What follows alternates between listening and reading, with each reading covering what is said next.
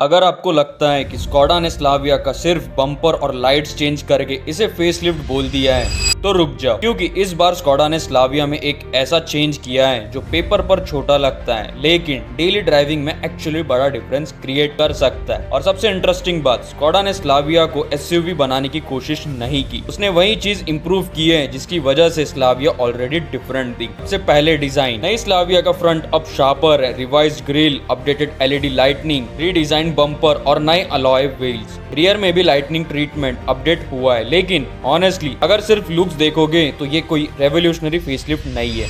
और यही रीजन है कि बाकी वीडियोस में आपको मोस्टली डिजाइन ही डिस्कस होता मिलेगा, but the real story is inside. नई स्लाविया में अब बड़ा digital driver display, upgraded infotainment setup और 360 डिग्री कैमरा जैसे फीचर्स मिलते हैं। और स्कोडा ने एक और इंटरेस्टिंग फीचर ऐड किया है, रियर सीट मसाज फंक्शन। हाँ, स्लाविया के रियर पैसेंजर को मसाज सी सेगमेंट सेडान में ये फीचर जेन्युइनली अनयूजुअल है। मतलब स्कोडा अब सिर्फ ड्राइवर को अट्रैक्ट नहीं कर रही है, रियर सीट पैसेंजर को भी रीजन दे रही है कि भाई मुझे स्लाविया में बैठा। लेकिन मेरे हिसाब से फेसलिफ्ट का सबसे इंपॉर्टेंट अपग्रेड ये नहीं है, इट्स द गियर बॉक्स। पुरानी स्लाविया की 1 लीटर TSI ऑटोमेटिक के साथ 6 स्पीड ऑटोमेटिक मिलता था, अब स्कोडा ने इस इंजन के साथ 8 स्पीड टॉर्क कन्वर्टर ऑटोमेटिक दे दिया है। इंजन वही 1 लीटर TSI है, 115 हॉर्स पावर, 170 Nm टॉर्क, लेकिन गियर बॉक्स चेंज का मतलब है स्कोडा ने एंट्री लेवल ऑटोमेटिक स्लाविया को कम्प्लीटली इग्नोर नहीं किया। ये इंपॉर्टेंट है क्योंकि ऑटोमेटिक ही वो वर्जन है जो एक बायर को परफॉर्मेंस प्लस कन्वीनियंस दोनों रिलेटिवली एक्सेसिबल पैकेज में दे सकता है। 1.5 TSI भी कंटिन्यू है जो 150 PS और 250 Nm प्रोड्यूस करता है और 7 स्पीड DSG के साथ आता है। अब क्वेश्चन ये नहीं है कि स्लाविया फेसलिफ्ट में क्या नया आया, क्वेश्चन ये है क्या अब ये वर्ना और वर्टिस के अगेंस्ट ज्यादा डेंजरस पैकेज बन गई है। बिकॉज थिंक अबाउट इट, आज मार्केट SUV के पीछे भाग रहा है लेकिन स्लाविया अब भी एक proper driver focus turbo petrol sedan है। और फेसलिफ्ट के बाद स्कोडा ने इसमें वो फीचर्स ऐड कर दिए जो बायर्स अब डिमांड करते हैं, 360 camera, upgraded screens, premium rear seat experience while keeping the same turbo petrol character. लेकिन स्कोडा के लिए एक प्रॉब्लम अभी भी है, फेसलिफ्टेड स्लाविया का वेरिएंट प्राइस अभी ऑफिशियली रिवील नहीं हुआ है, इसीलिए इसका actual value for money verdict price के बाद ही क्लियर होगा। बुकिंग्स ओपन है और डिलीवरीज फेस्टिव सीजन के स्टार्ट के अराउंड एक्सपेक्टेड